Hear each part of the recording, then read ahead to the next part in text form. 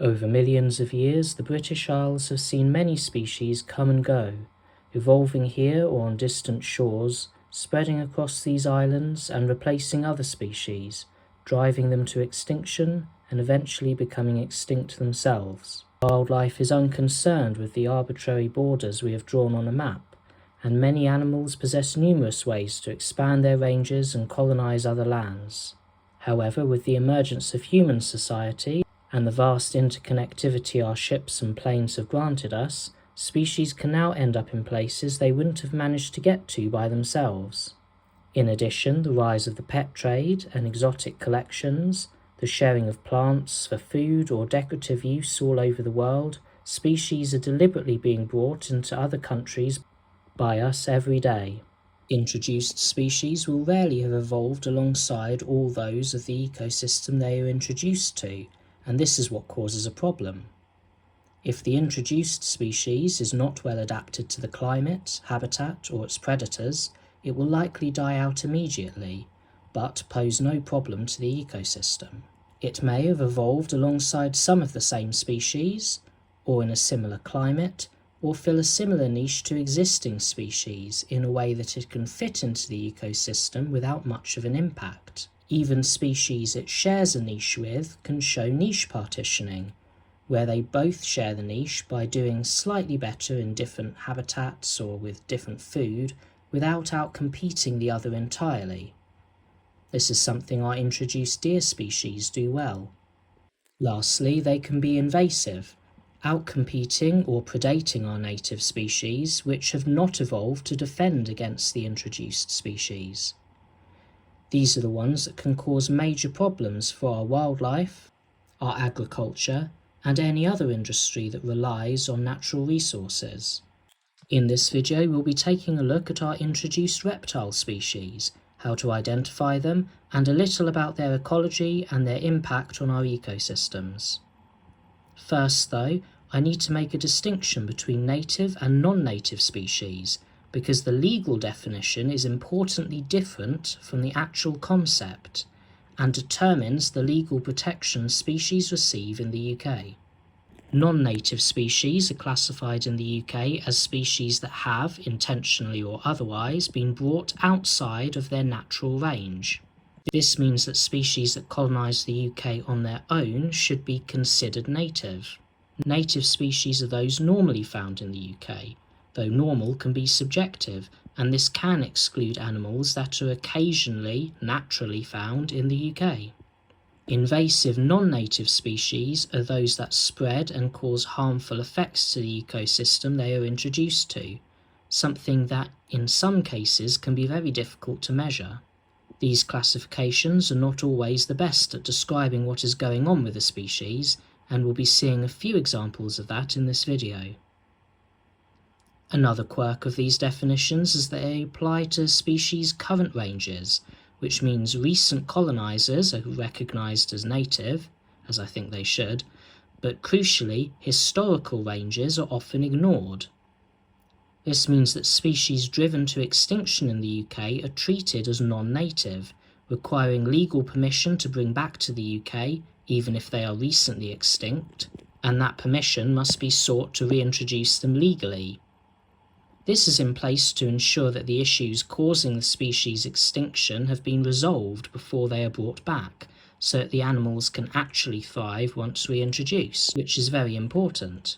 But this does provide many opportunities for those without the welfare of the animals and our ecosystems to block reintroductions for political reasons, regardless of public opinion, scientific evidence, or the benefits the species would bring. In the UK, we have 7 reptile species that are not classified as native. These include 3 turtles, 2 lizards, and 2 snakes.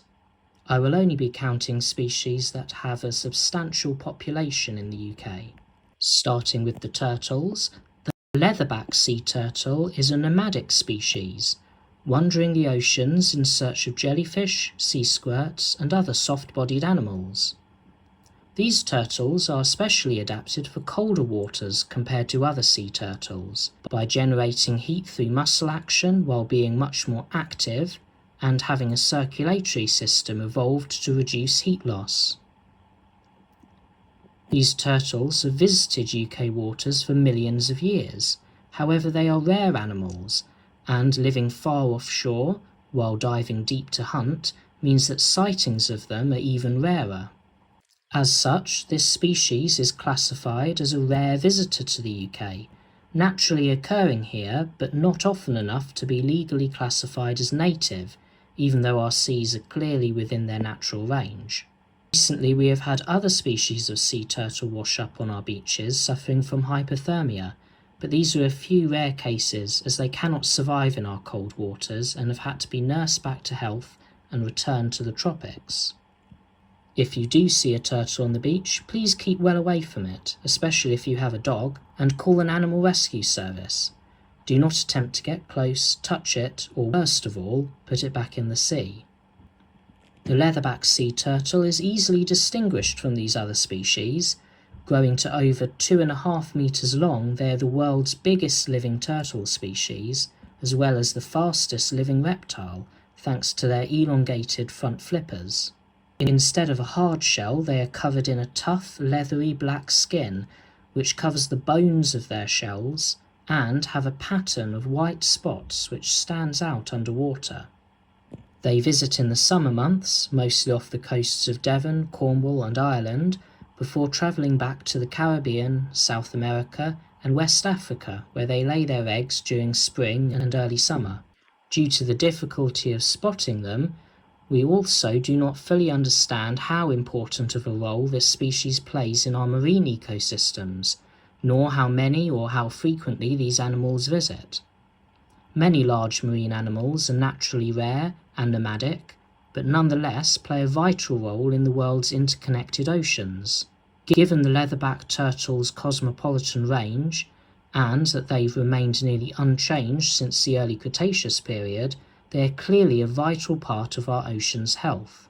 So while this species is not legally considered native, it is clear that the UK is part of its natural range, and the impact it has on our ecosystems, from within and outside UK waters, is a natural and important one.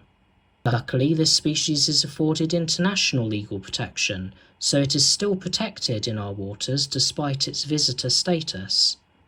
Although marine protection enforcement as a whole is in a very troubling state in the UK. Our next species is the European pond turtle. This species has lived in the UK for millions of years, even surviving the cold temperatures of the Ice Age. However, draining wetlands, cooling temperatures and hunting by humans reduced their numbers to the point where they are thought to have gone extinct in the UK around 4,000 years ago. The time of their extinction is not well known, and since then they've been imported for food for hundreds of years, and more recently the pet trade, resulting in some of these animals forming populations in the wild. And some populations are debated to never have gone extinct at all. This means that the pond turtle is not currently legally considered native to the UK, despite potentially not even having been driven to extinction in the first place. This is a shame because it means they have very little legal protection, and in fact it would be illegal to release any into the wild, even ones that were accidentally caught during surveying or otherwise. This means that they cannot currently be part of wetland restoration efforts, and we cannot help them to recover their past range. There is hope for this species though, as those living in the wild are doing okay in Britain, and the process of initiating trial reintroductions have already been started by Celtic rewilding, which would eventually see these animals be included in wetland restoration across the UK. European pond turtles are often confused for another non-native species, the pond slider, which we'll talk about next. The European pond turtle is smaller though, with a shell length of around 25 to 30 centimetres as adults. With a short, fully rounded shell and long, extendable neck. They have a black shell and skin with yellow spots and a yellow underbelly, making them quite distinctive if you can see them up close.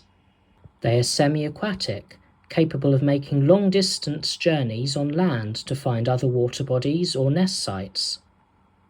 Their habitats include freshwater rivers, ponds, lakes, often with lush vegetation, and wooded areas nearby. They are omnivores, eating small aquatic invertebrates and small fish, as well as aquatic vegetation. As they grow, their diet shifts to include more plant material, as growing juveniles require more iron and protein to grow. This species lays eggs, which requires a specific stable temperature to incubate properly, and unpredictable weather can be devastating. However, these turtles can search long distances for the perfect nest site, and with such a long lifespan, the odd failed breeding season doesn't have much impact on their overall population. Being a recent extinction in the UK, our climate and habitats have not changed much in their absence, and pressures such as hunting, habitat loss, and cooling temperatures are not present, or at least not as severe, particularly in nature reserves where they would be reintroduced to. Wild populations show this as they are stable and possibly even slowly increasing. Our other species have evolved alongside them too, and as they have only been absent for the UK for a short time, evolutionarily speaking, they don't run the risk of damaging the ecosystem. In fact, as a missing piece of our damaged wetland habitats, they would be beneficial to the stability of our ecosystems, improving their health. Their foraging habits disturb sediment at the bottom of lakes, spreading around nutrients and keeping water fresh and healthy for aquatic plant life. They also help spread seeds as they consume plant material, and individuals travel a large area day to day, spreading them far and wide. They also help control algae blooms by consuming dead and rotting plants and animals, preventing the spread of disease and the sudden release of iron-rich nutrients which causes algae to grow quickly. They may not be a keystone species, but they clearly provide benefits to our wetlands, which are currently in a terrible state. With the hard efforts of dedicated individuals, we will hopefully soon see this species formally reintroduced to the UK, and the wider health of our wetland habitats improve. Another pond turtle lives in the UK, one probably more familiar to you, the pond slider, a species from North America introduced to the UK. Two subspecies have been introduced, the yellow-bellied slider and the much more common red-eared terrapin. These were introduced by the pet trade, as cultural trends saw them become popular pets around the world when they were little, but as they grew too large, masses of these pets were illegally introduced into the wild by their owners, either unable or unwilling to take care of them anymore. This has made them a common sight around city lakes and ponds. They are quite a bit larger than our historic species, the European pond turtle, are almost double the size, growing up to 40 centimetres long. They have a much flatter shell and have more distinctive patterns. Their shells have yellow markings around the border, the underside, and their legs and head have yellow stripes running horizontally along them. As the name suggests, they also have two distinctive red stripes around where their ears should be. They thrive in freshwater ponds and lakes and slow-moving rivers, and natural banks or logs that they can use to bask on. Their diet is almost identical to the European pond turtle, being omnivorous but relying more on plants as they reach maturity. Due to their long lifespan and slow rate of maturity, their impact can be difficult to measure. However, they are ecologically very similar to the European pond turtle, requiring the same nest sites, similar diet, and having similar predators. This causes the two species to come into direct competition with each other, as is happening in France and Spain, where the larger pond slider outcompetes the native pond turtle, which is currently dramatically declining across Europe. The American pond slider has a lower age of maturity, so higher reproductive success, and their larger body size means they can muscle out the native species for basking and nest sites. At some sites, both species can be seen living together, but when they reach their carrying capacity, that is, the maximum number the habitat can support, the larger pond slider will outcompete our historic species. This competition does show that they fit the same niche in most respects, which indicates that pond sliders are not damaging our ecosystem, simply replacing a species within it. This would undoubtedly cause an issue for pond turtle conservation sometime in the future, after they are legally reintroduced, but invasive pond sliders would be relatively easy to remove from reintroduction sites. Their slow-growing nature means it's unlikely to be considered worth the cost or effort of removing them all from the wild, as any populations that become an issue would be very easy to deal with in the future. Populations in ponds without European pond turtles are currently filling that missing niche, so are benefiting our habitats in the same way our historic species would. However, we still need our historic species back, because to rejuvenate our wetlands, widespread introductions of these turtles would be needed, which cannot legally happen with pond sliders, but can with the reintroduction of European pond turtles, which as an endangered species needs our help to survive. Moving on to our lizards, our next species is the common wall lizard.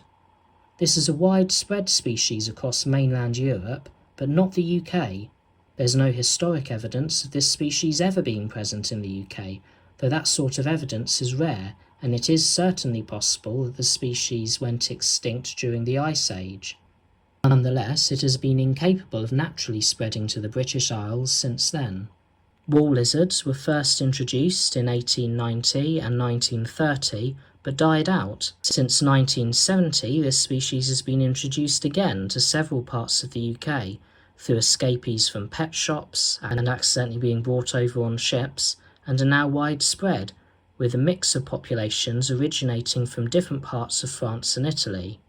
Since then, the wall lizard has thrived, quickly spreading out from these release areas, with a population estimated at over 21,000 currently.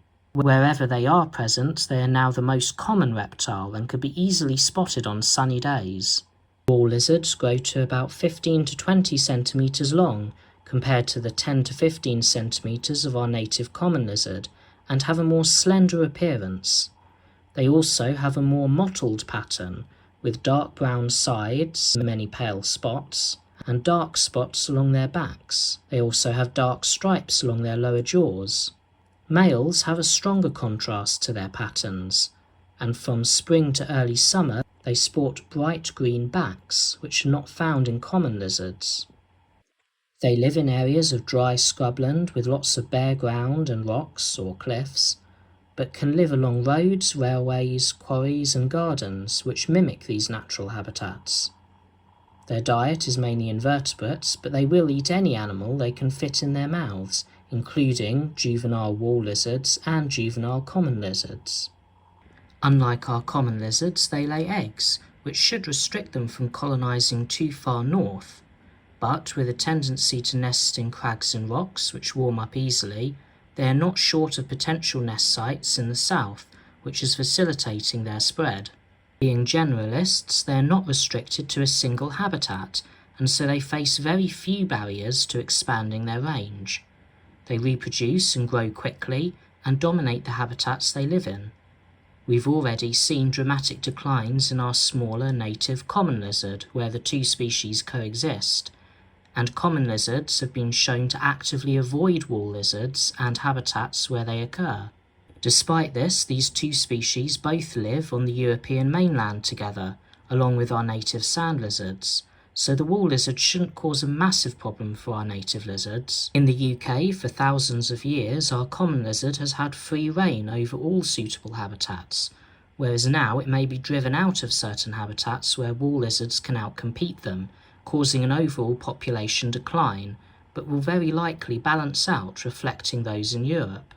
Common lizards are already in decline in southern England due to other threats, so the impact of wall lizards is still a concern, at least in their southern range, but the wall lizards' need to incubate eggs should at least restrict them from expanding to the northernmost parts of the UK, where common lizards are doing well.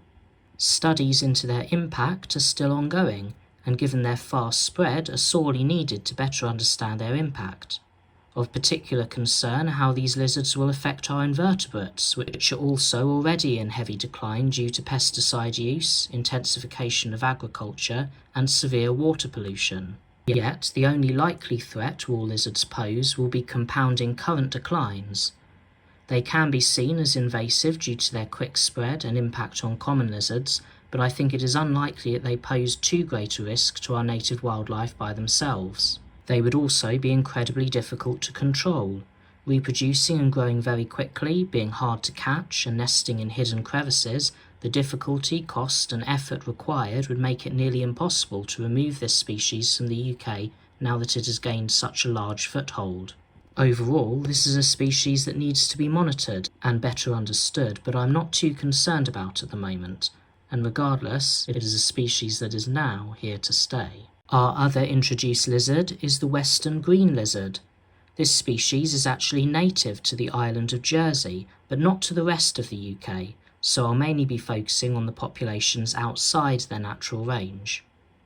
These large green and blue lizards are popular in exotic collections, and in the 1800s were deliberately introduced to several areas in the UK in the hopes that this colourful species could be seen outside of collections. However, the green lizard is not well adapted to cold climates, and so these introduced populations died out very quickly. Since then, a small population was introduced to a small area on the seafront of Bournemouth for a second time, where warming temperatures and south-facing coastal slopes provided just enough warmth for the green lizards to survive and incubate their eggs. The green lizard's population for a while was stable, but now it is declining, and will probably not survive despite rising temperatures, having been unable to expand their range. The green lizard still remains there to this day, but the few that live there are hard to spot, and their numbers are now in decline mostly due to pet traders poaching them and competition with wall lizards, which could together spell the end for these lizards. The smaller a population gets, the greater the risk of extinction, eventually entering an extinction spiral. If you are lucky enough to spot one, they are very distinctive, being almost entirely green all year round with black spots, and males have blue throats during the breeding season. The small Bournemouth population hasn't had a notable impact on our invertebrates, if only because there aren't enough lizards there. They do likely compete with common lizards for certain prey, and will eat small lizards, but appeared to only cause a slight decline in common lizard numbers within their small range, compared to the wall lizards, which cause dramatic declines.